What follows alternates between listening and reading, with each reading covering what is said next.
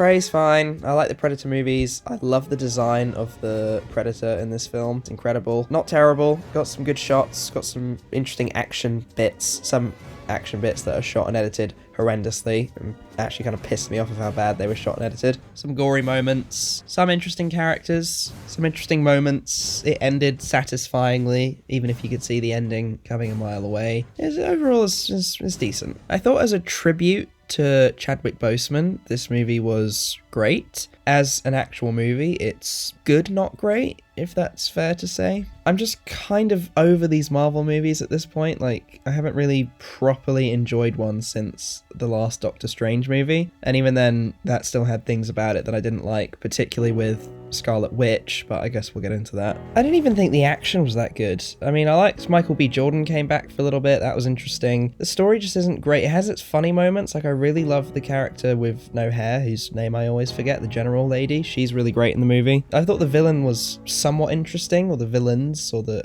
I guess, anti-villains, because they're not really villains, they're like tragic villains. Yeah, tragic villains, you could say. I just wasn't particularly impressed. I thought the young teenage girl designer character thing was kind of shoved in there and forced in, and I didn't like that much. I just thought it was a little bit silly, but not in a good way. And when I say a little bit, I mean it was really silly and unnecessary, and I didn't enjoy it. My favorite scene is probably the ship scene, like, because it plays out like a fucking horror movie. It's actually really disturbing and creepy and unnerving. I wish there was more weird experimental stuff like that in the movie. I feel like it could work, especially with those underwater characters. I wish there was more stuff like that in the MCU as a whole, because it's just becoming stale and boring at this point. It's, I don't know, Wakanda forever. Jada, I love you. G.I. Jane 2, can't wait to see it. All right?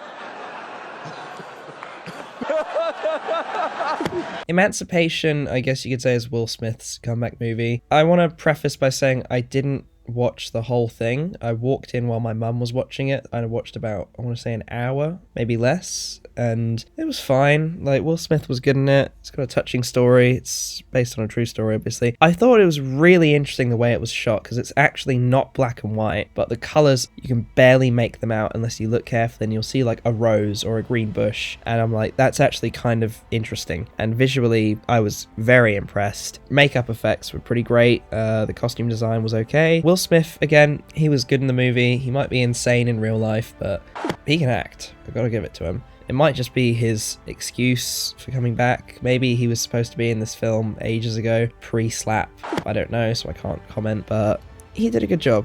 Credit where credit's due. I still think he should probably like at least be on probation or something, but I guess every actor's got to have their bit to shine back, so we can't hold him off forever. I just hope he's actually learned from that experience, and this movie is, I guess, a step in the right direction for him, so there you go.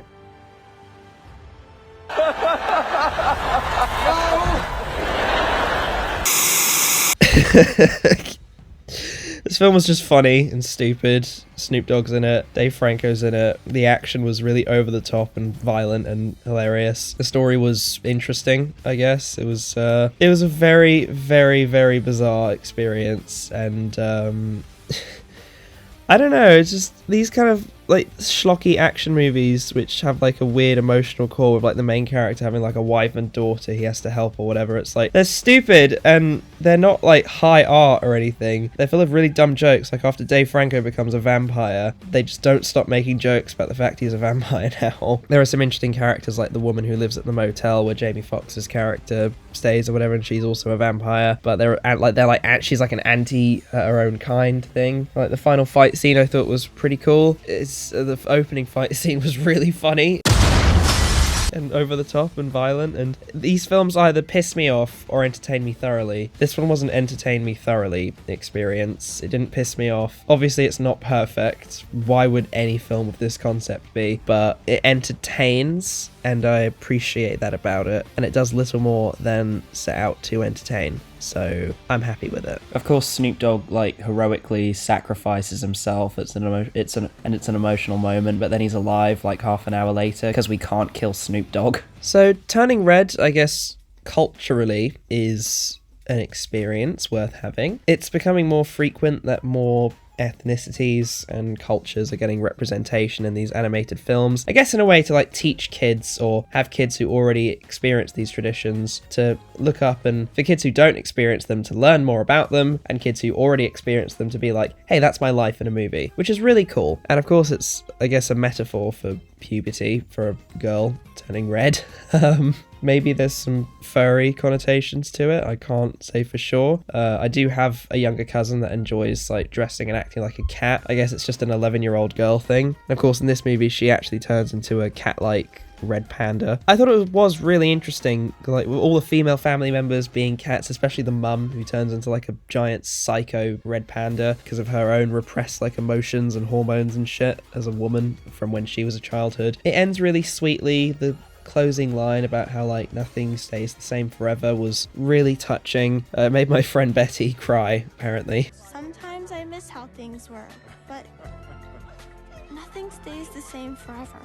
It didn't like tug at my heartstrings, but like I recognized that it was emotional and it did a good job, I think. The animation's obviously absolutely incredible. Its plot is a little predictable and cliched and corny and whatnot, but like it has its nice moments. As someone who's had problems with anger and temperamentalisms in my life, like when she accidentally hurts that boy who's a cunt, I'm just gonna say, and at his birthday party and whatnot. They're trying to get money for this gig, and then it turns out they just wanted to be friends, like the gig doesn't matter, but they go to the gig anyway, and the pop stars like help them defeat her mother. It's a cute film. I wouldn't say it's masterly crafted or anything, but it's very cute, and I enjoyed it. Hocus Pocus 2 was very nostalgic for me. I love Hocus Pocus 1. I guess what I thought was interesting, but also kind of disappointing about this movie... No, it wasn't even disappointing. It was the witches basically becoming good guys by the end. They don't actually do anything good. Essentially, the main witch, she loses her sisters, spoiler alert, I guess, and she's like, no, I can't live without them, so she goes to the afterlife with them, so they kind of become redeemed villains in a way. I didn't think the main characters in this film were remotely interesting at all. They were okay. I guess they did their job. It's kind of like the first movie. The witches are the most entertaining aspect. You're there to see their performances and those characters in action and the weird hijinks they get up to. Them in the modern world was really funny. It was already funny in the 1990s whenever the first film came out. It's even funnier in the 2020s. Like, it's just watching them interact with the normal world and Sarah Jessica Parker's character getting flirted with constantly and guys just wanting to fuck her. It's so funny. I know it sounds bad, but like the way they do it is so brilliant. And the guy that they think is the devil, I think it was, I can't remember, that might have been the first movie. I'm pretty sure it was this movie. It just kind of blurs together. They're basically the same film, but Hocus Pocus 2 is more of an excuse for the three of them to have more goofy hijinks, which is... I'm not complaining. If the story's less compelling and less interesting and the film isn't quite as lovable, fine, but it's just nice to have them back together. They do a little song in the credits at the end, which was funny. Yeah, the witches are back. Stone cold sinners, as a matter of fact. It was a fun experience. I'd watch this with my kids. And oh yeah, them losing their own competition. That. And the zombie dude comes back and there's that weird joke about the caramel apples with the mayor or whoever he is. I'm like, yes, I like the zombie dude. He's funny and cool. That joke was not funny at all. I don't know why they spent so much time on it, but yeah, it was an interesting movie. Again, would recommend for the kids. Already talked about Black Adam, it's fine, none of it's consequential. The DCEU is being completely rebooted as the DCU. I'll keep up with these movies. I'll probably do like a retrospect of the DCEU as a whole after Aquaman comes out, because I'm fascinated by it, but we'll see, won't we? Again, it was fine. Dwayne Johnson was good in the movie, everyone else was okay. Special effects, not the best, not the worst. Fight scenes, okay, sure, whatever. Or action scenes even, not just fight scenes, strictly speaking. Could have done more with its anti-hero, murderer, villain turning into the hero premise, but they just couldn't commit, so what can I say? Pearl was the much anticipated, almost instant sequel to X. I really liked X. You probably saw my quickie on it. If you haven't, I'll leave a link in the description. Pearl was more interesting to me because, well, first of all, X, I didn't realize this until after I watched the movie. Mia Goth played the old woman and the porn star who wants to be famous. I want to be famous, Wayne! And similar to Pearl, well, Pearl is similar to that character from the first movie in the sense that not only are they fucking identical, but Pearl also had dreams and ambitions of being famous and making it to Hollywood and escaping her abusive German mother's care and having to look after her crippled father who can't even walk or breathe properly or talk or anything. And I love the genuine looks of fucking horror in his eyes when Pearl finally snaps. And Pearl goes through some interesting stuff. She goes to an audition that she fails and causes her to have her final psychotic break. She wants her husband to come back for her from the war, but he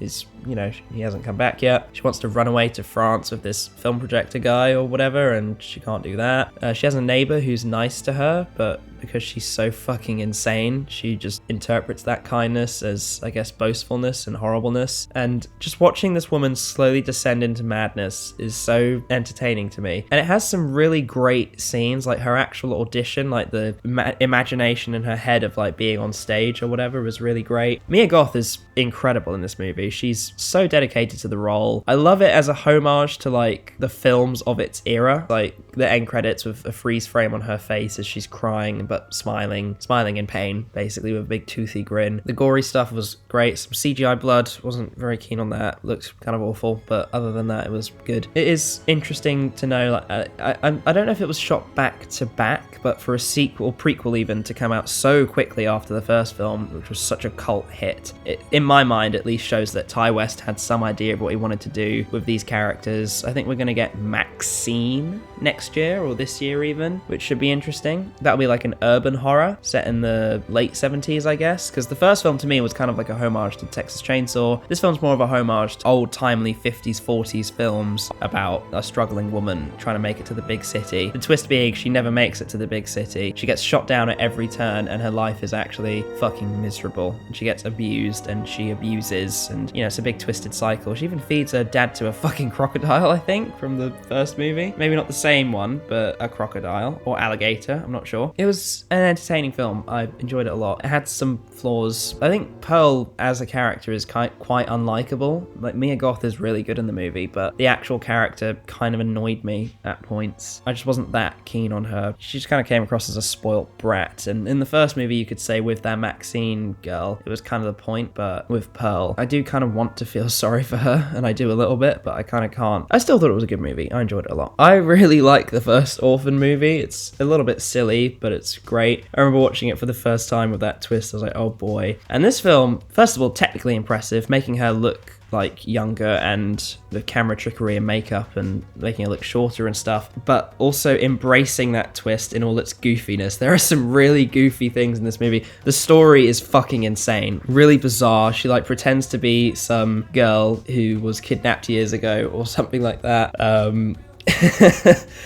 And Esther is like such an entertaining character already. Like in the first movie, she's really fun to watch. In this movie, they go above and beyond, and they just make her a complete savage. Like, she still has this weird thing where she wants to fuck the dad of the family, and like the mum is just as bad. Like, she covered up the daughter's actual murder and said she got kidnapped, and the brother's like also the same. So like from the beginning, you can tell something's up, but you don't quite know what, and then it just drops that on you, and you're like, what the fuck? And the police car pulling her over scene.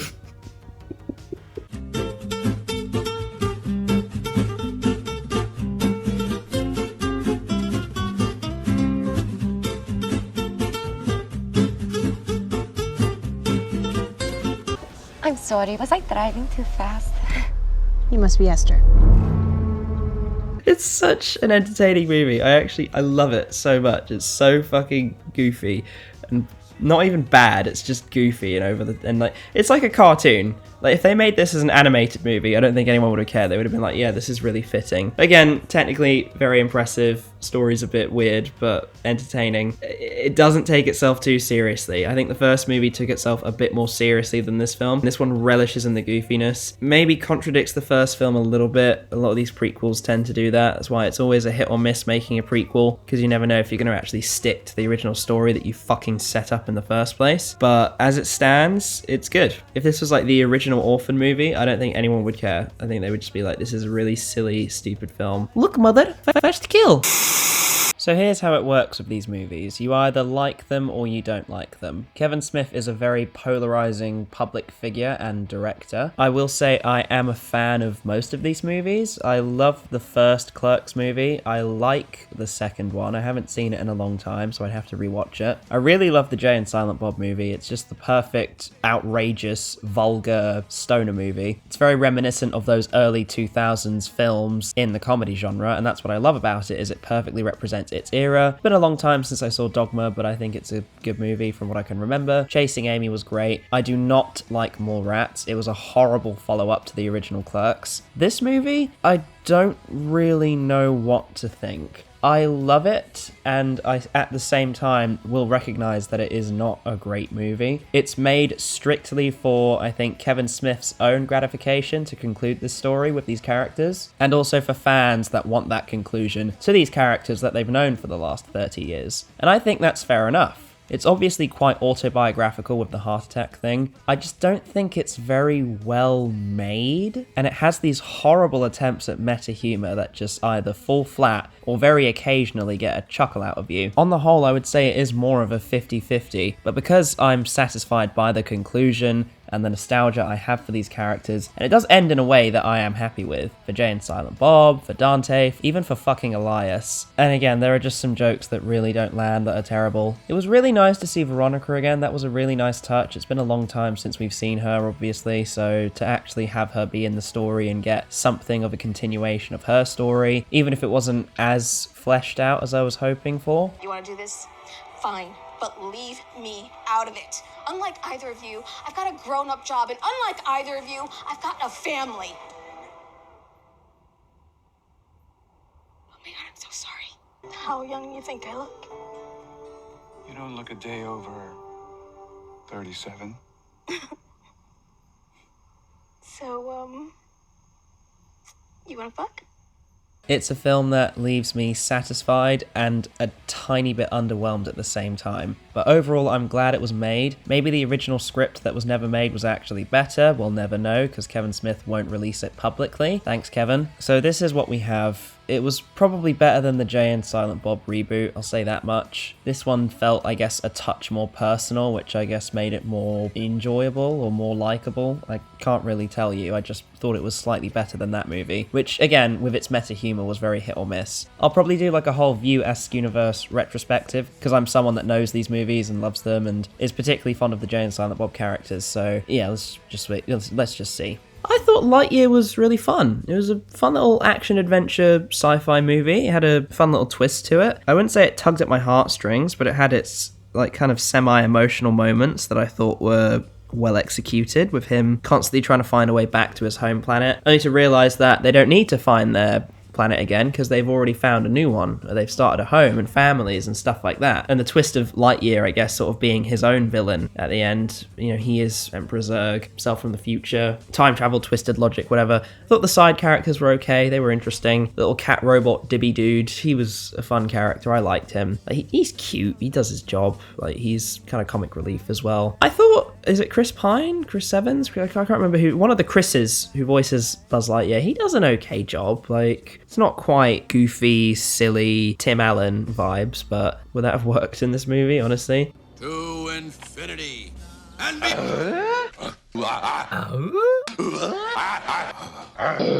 Animation was great. Character design, pretty good. The design of everything was good. Like, it was a bit, I guess, too hyper-realistic for Pixar's kind of cartoony style, but I still thought it was good, and the story was, you know, okay. It's not perfect. There's some fun action scenes, and overall it's entertaining. Like, little boys love this movie, you know?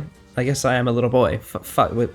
Well, my Buzz Lightyear action figure. So yeah, it's overall not bad. Could have been worse, I'll say that much. I was expecting it to be awful, but I thought it was okay. Speaking of Taika Waititi joints, Thor Love and Thunder. It was pretty good.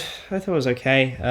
I like they brought Jane back to conclude her story. I thought they concluded it in a satisfying way. I'm not sure what the film's trying to build up, I guess. I think Taika Waititi and Chris Hemsworth have said they were expecting this to kind of be the final Thor movie. Maybe leave it to Emma Thompson to take over the Thor helms, I don't know. Because they set up his, I guess, stepdaughter now to be Thor. I think even Taika Waititi and Chris Hemsworth said they were unaware of any post-credits bit saying that Thor will return. And I think they said if they were going to make another one, it'd be a low-budget road trip movie, which sounds interesting and experimental. Obviously, there's people complaining that the film isn't as gay as Taika Waititi promised. He said it was going to be super gay. I think it was a little bit queer-coded. Maybe not super gay. It was somewhat queer, I would say. So in those regards, no, he didn't really keep his promise to that. Maybe that was MCU's fault. Maybe that was just him exaggerating. Who knows? I thought the movie was decent. Like, the villain, because he's played by Christian Bale, was fine. He was interesting. At least his backstory made a bit of sense. His motivation was clear. He was kind of creepy. He had a presence. He was a bit intimidating. Thor as a character, I quite enjoy. The Guardians of the Galaxy being at the beginning was a nice touch. They're really fun characters. And Thor is genuinely just the most arrogant, stupid, but kind-hearted, warm individual you could have and ask for in one of these movies. And I love him. Chris Hemsworth does a great job. It's just not terrible, and it's not great. It's not high art, but it's better than Wakanda Forever. It's probably better than Ant-Man and the Wasp, I'll say that much. It's not as good as Thor Ragnarok, but it's way better than the first two fucking Thor movies, I'll give it that much. It's not the worst MCU film to ever be churned out. Like, I had a decent time watching it in my living room. I didn't see it in the cinemas or anything, but, you know, it had some fun action, it had some funny characters, it had some funny moments, it had some sad moments that didn't make me cry or anything, but I was like, oh, that sucks. I thought the Thor kids, like him giving them his powers, was a kind of funny touch. Like, you know, those kids must have been stoked, especially the kids in green alien makeup, like on set, just having a blast, killing people or demons with Chris Hemsworth. That's what I did as a kid. I waved a hammer about, I shot guns pretending to kill people. Like, I used to pretend that I was a clone in the Clone Wars, like toy guns when I was a kid. Like, that's fucking awesome. To do that on a film set and have your parents be paid for it, that's fucking sweet. So props to this movie. It was just a bit of fun, you know? Very experimental, very 1990s aesthetic, odd, creepy, unnerving, very unusual experience that this movie was. I really don't know what I can say about it. It was an hour and a half of visual and, in some cases, audio stimulants. It wasn't scary, I would say. There were maybe some creepy bits. I felt a little bit unnerved sometimes. I really wanted to know what the hell was going on, so in that sense it built up an intriguing mystery in my mind. Very well made. It looks like it was shot on film. I hope it was, because that would be fucking awesome. Not a lot of films are shot on film anymore. It was called film for a reason. The kid actors were pretty good. They didn't have to do much, but, you know, it has a very intriguing concept and story. Again, it is just an hour and a half of kind of noise and visualisms and kind of sometimes slightly weird psychedelic shit, and it has the occasional very creepy atmospheric moment. The whole film is atmospheric, but like watching it with the lights off and shit in my living room was really creepy. I would watch it in the cinema just for the experience alone. Not my favorite horror film ever made, not one of the best films ever made, but as a kind of experiment, I guess, it does its job. I spoke about Men before. I haven't seen it since. My opinions on it haven't changed that much. I guess my quickie just still kind of speaks for how I feel about the movie. Maybe in retrospect, I'm much more appreciative of the guy's performance, playing all those different characters and shit. It is a weird, not quite grounded enough, for me at least, film. Like, I love really bizarre, weird films like this to have a little bit of ground, if that makes sense, or to just be completely like in their own world and weird and out there and bizarre. So with Eraserhead, that fits into that category I just mentioned. And the aforementioned slightly grounded category, something that comes to mind would probably be something like Blue Velvet, which is another Lynchian film, which is very bizarre, weird, surreal, and over the top, but has its groundness in reality. Men kind of comfortably sits in between both, where I guess I'm struggling to describe it, because this is what that fucking this film does to you. I love the story, like the themes and emotional subtext behind it. Love how weird it is, but I either wish it was either more weird or a bit more grounded. It's, for me at least, just a little bit too much of a balance of both. Like, I prefer maybe more awkward, intentionally awkward acting and stuff like that. And I'll watch it again. My opinions on it will probably change. Let's put it that way. Piggy was, again, another movie that was kind of weird, but had a good grounding in reality. Maybe I would have preferred if it went either in the other direction. As it stands, it has a good, I guess, subtext to it about like people being bullied and a harsh, violent, sort of isolated world in like this sort of village in Spain. It's set in Spain. As like a Spanish horror film, like these Spanish horror films are always going to be a little bit strange and weird because the Spanish just have their own way of making these stories, and as it stands, I thought it was pretty good. I really liked the main character. I really liked the main villain. He was fucking bizarre. Sometimes I didn't quite get the motivations or actions of the characters in the film. The bullies I understand, sure, whatever. I couldn't quite tell if the main main character liked or disliked the killer. It was obvious by the end, but she seemed a bit conflicted, and it's a pretty good film. I'd recommend it for a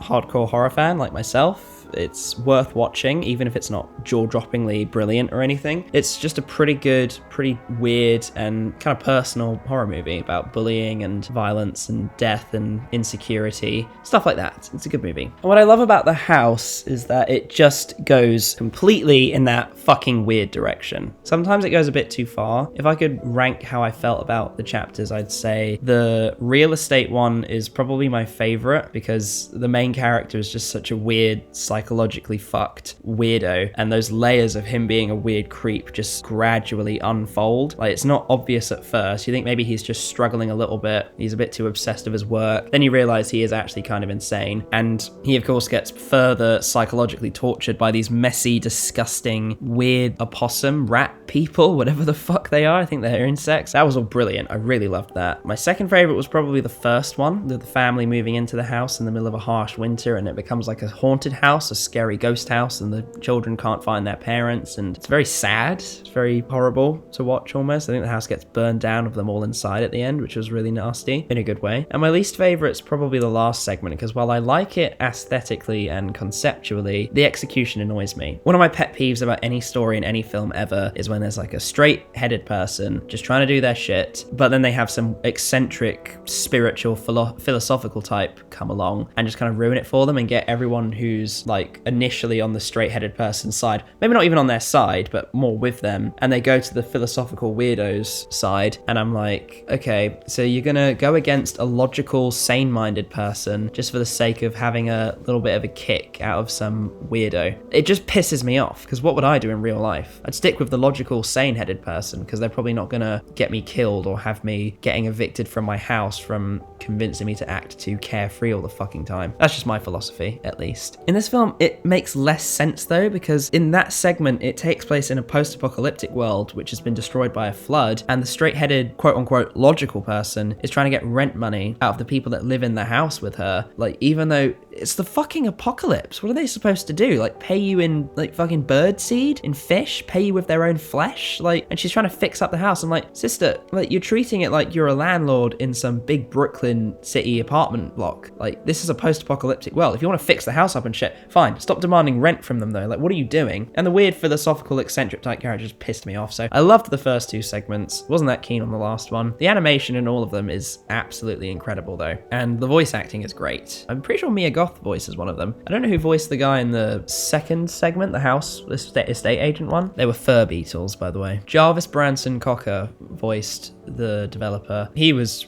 really, really good in the movie. His voice acting is superb. He's also the same guy that invaded the stage while Michael Jackson was performing. I did not know that. Was expressing something, hopefully just his opinion, on Michael Jackson's Earth Song. I liked The Black Phone. It was like a homage to like 70s campy horror. It did take itself a bit too seriously to be completely like them, I guess, but it was creepy. It had an atmosphere. I really liked the villain and his weird mask. He was kind of a homage to, I think, the man in the beaver hat from the Lost London After Midnight movie, which you probably know I'm a big fan of, even though I've never watched it and probably never will. Ethan Hawke's performance is incredible. I thought all the child acting was actually pretty decent. The whole domestically abusive father thing was a nice touch. It added some layers to the story, and I actually thought it was pretty good. The story itself was intriguing and interesting and dark, and I like the kid's escape plan and how he's assisted by the ghosts of former victims who came close to escaping or had ideas but couldn't quite execute them, so they want to help him so he doesn't end up like them. Even the bully tries to help him, even though he's a fucking sadistic psychopath that almost killed someone. Aesthetically, the movie's very pleasing. I've already talked about it. There are plenty of videos you can watch about it. Maybe the weird, slightly pedophilic undertones are interesting, or maybe like the black phone dude is like a child in a man's body himself. Maybe he lives with his cocaine addicted brother who's a really funny character. I wasn't expecting it to tie into the story the way it did. At the same time, I kind of was a little bit. I don't know how to describe it, but you know, just a really entertaining, really good horror film. Loved it a lot. Guillermo del Toro's Pinocchio, one of many Pinocchio movies that came out this year, or last year. Thank you, Daddy. Too many. This is probably the best one out of all of them, I would say. The animation is beautiful. The character design is absolutely incredible. The voice acting, for the most part, is amazing. The standout for me was Ewan McGregor as the cricket. Oh, what's that? all of the magic in the world. For me. Sweet mother of goose, Jack! That was horrible! You're horrible! You're an irredeemable monster! The opening 10 minutes is by far one of the best opening 10 minutes in any film I've seen in a long time. It's emotional, it's kind of tense, beautiful, it's happy but subsequently tragic. It's an incredible opening scene. The film obviously has a good message and moral about what it means to be a human being with compassion and morals and emotion and stuff like that. I liked how it's set during Nazi times and they sort of used that to influence the story and some of the characters, which was great. My only real issue with the movie, besides some of the childish humor, which I guess makes sense because the main character is a newborn child technically, but still kind of annoyed me. Pinocchio himself is really irritating in this movie. I did not like him one bit until the end where he like learns what it is to be a real boy. I guess you can say that's the point, but like a child character can still be likable and a bit annoying. Just something about him really pissed me off. I don't know if it was his voice or some of the stuff he did or just the way he behaved in some scenes, but it's just he wasn't that appealing to me as a character, which kind of sucks when the movie is called Pinocchio. But I still really love this movie. Let me make that entirely clear. I really love this movie. It's a fun little adventure. Watch it with your kids. Maybe they'll learn something from it. So Wendell and Wild is a film I was looking forward to for quite a long time, since it was first announced basically, like at least 10 years ago, because it's directed by Henry Selick, who you know from Coraline and The Nightmare Before Christmas, and maybe James and the Giant Peach if you watch that movie and like it. And Wendell and Wild didn't disappoint. It was perfectly Henry Selick. It was very quirky. It was slightly disturbing. It was really weird. I really love Jordan Peele and Keegan-Michael Key as the main characters, Wendell and Wild. I thought the main girl character was really interesting. Of course, it's got a nice story about her trying to get her dead parents back and how she feels responsible for their deaths and whatnot. I thought all the characters and their designs were unique and interesting. Maybe even if not all of them were great, they were still cool. I like how it's a little bit adult, so it's not really for children. You could watch it with your kid and brush over some of the more adult jokes, but it's not really for children. It's for an audience of 12 and above. Children who might not get the jokes but still find them funny, or children who do get the jokes and the parents don't give a fuck if they experience the jokes or not. It was just a very entertaining film. I loved it a lot. The animation is obviously incredible. Like I said, the character design's great, but it looks gorgeous. It has a very interesting kind of morbid, twisted, demonic aesthetic, which I'm pretty sure is what they're going for, even in the real world. And again, while it's not flawless, the story is interesting. The script isn't perfect. Some of the humor is a little bit too much for me. Some of the characters are just a little bit caricaturish and over the top. It's a great film. I loved it a lot, and I would happily watch it again. So Doctor Strange, the first one, is... I really like that movie. I honestly think it's one of the better MCU movies. It's up there with Iron Man and Guardians as one of the better ones. Doctor Strange and the Multiverse of Madness is, for me at least, the exact same thing. It's up there as one of the better ones. I think it's better than the first movie. It brought back Professor X. It has some darker things about it because Sam Raimi directed it. Some really cool homages to his older work, particularly the Evil Dead series, which I thought was great. Especially the ending where he gets a third eye. That was really weird and creepy and gross. I do not like or care for Scarlet Witch in this movie. I've barely made it through WandaVision. I don't like it. I don't like the ending. I don't like the way that character has developed in these stories. I really hope she doesn't come back because she has been kind of ruined for me. I thought she was kind of cool and interesting, especially in the build up to the Avengers movies. But after this, I'm just like, I can't deal with this character anymore. Elizabeth Olsen does a great job, bless her heart. And the story was somewhat interesting and compelling, where she like basically tries to take over herself in the end, like scaring her own children, technically, like not her children, but her other selves' children. I really loved the Dark Steven scene. That was really great. I kind of wish, Sam Raimi was like, hey, Toby, come be in the movie for a bit. I know you were just in the other one, but please be in this one. That would have been great. Professor X came back for a bit, which I thought was really interesting. We met this other universe's equivalent of Captain America, so we got Peggy as Captain Peggy, or is it Captain Britain? I don't fucking know. I think it's Captain Carter, that's her name, right? Peggy Carter? Yeah, Captain Carter. We got the Mr. Stretch dude, Mr. Fantastic. That was interesting. They definitely went all out and they had a bit of fun with it, which I thought was the best thing. Obviously, they explored Doctor Strange's relationship with his now ex-girlfriend. That was cool. She's getting married, I think, which was great stuff. He's embracing the celebrity life, which is kind of funny. Some really great action scenes, really visually weird and pleasing. I didn't really care that much for the, Multiverse girl or her story. She just wasn't that interesting to me. Remove her from the film and make it a multiverse adventure like you did Spider-Man No Way Home. That would have been better in my opinion, but I really enjoyed it. So I already talked about the Terrifier movies, kind of. The Terrifier 2 is just a visually repulsive, but also impressive, weird-ass fucking film, and I love it a lot. I will say nothing else. Go watch my thoughts on video. I mentioned X a little bit when I was talking about Pearl. I genuinely love X. It's aesthetically such a great homage to like those old school Texas Chainsaw Massacre style 70s slasher horror flicks set in like the desert. The old people makeup is so, well, not makeup on Mia Goth, the actual old dude was really weird and creepy looking. It's very violent. It's a slow burner, but it gets there and it goes all out. Everyone fucking dies. They do the is she going to be the final girl or is she not twist, and of course she's not. Mia Goth is, even though she's the more unlikable, I guess, scatterbrained, sex-loving one. She's the final girl, not the more responsible one who decides, no, I want to try be a porn star. Really loved the way they shot the porno scenes on actual film, I hope, or maybe just filtered it to look like that. That was great. I really loved that. Again, because it's a slow burner, they take time to, I guess, introduce us to these admittedly not complex or necessarily three-dimensional characters, but these characters that, you know, are there to do what they do. They do their thing. Well, the black guy was actually kind of a nice guy. I didn't even think any of them were particularly unlikable. I didn't particularly care about them, but when they died, I was like, it kind of sucks. I mean, like, I wasn't crying about it, but I thought, at least I kind of care that they're dead. Mia Goth is obviously the standout performance in this film. There are some genuinely creepy and disturbing moments, like especially the old people sex scene. That was fucking gnarly. Like, it's so disgusting. Sorry. Yeah, I did a quickie about this movie. You can check that out, but it's really good. It's really good. Top Gun Maverick.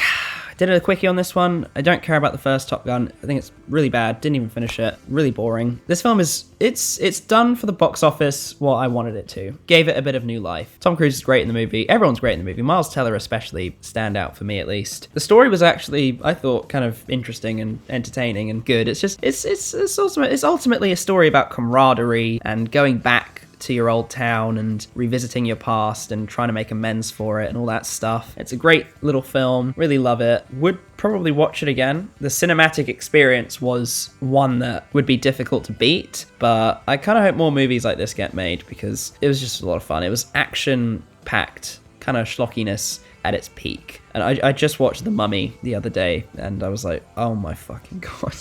Jesus Christ. So I'm glad it wasn't one of those action movies, let's put it that way. The Batman.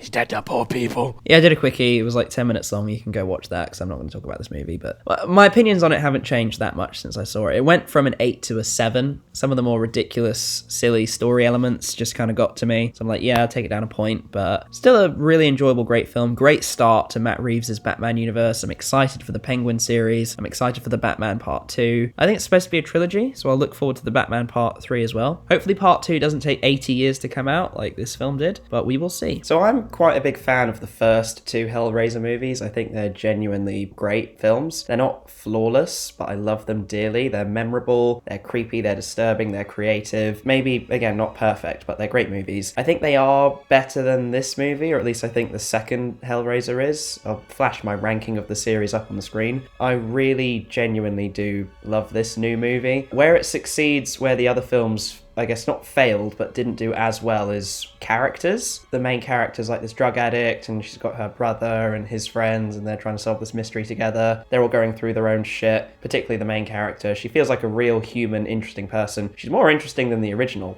Hellraiser protagonist, I'll say that much, which is cool. And I wouldn't say this movie was genuinely scary, but like the original films, it was creative, it was gory. That shot of the like pin going through that woman's neck was fucking incredible. It has a good story. It sticks to the Hellraiser, like the conventional thing you'd expect to happen in a Hellraiser movie, but without being too formulaic. It does its own thing. It's not perfect still in my head, completely at least. I'll always have a special place in my heart for those original movies, especially the second film, Hellbound. But I can see why, you know, people would like this, even though a surprising amount of people don't, which kind of disappoints me because it's a genuinely great horror film in an era where horror films are either like hit or miss. They're good or bad. Some of them are particularly awful. Some of them are laughable and not remotely horrific in any way. This film definitely fits into the horror category, even if it's not particularly scary, but it has those horror themes, that weird gothic almost punkiness that the original films had, the goriness. It's a genuinely disturbing film, and that's what I love about it.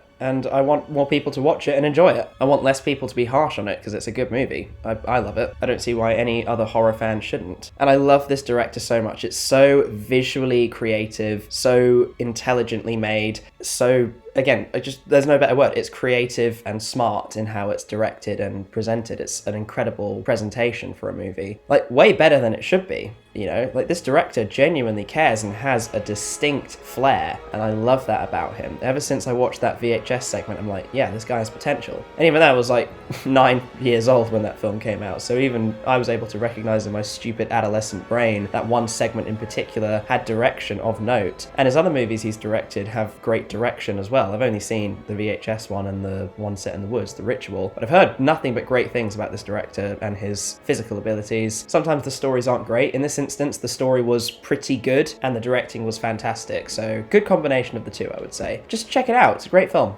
Don't listen to anyone who doesn't like it.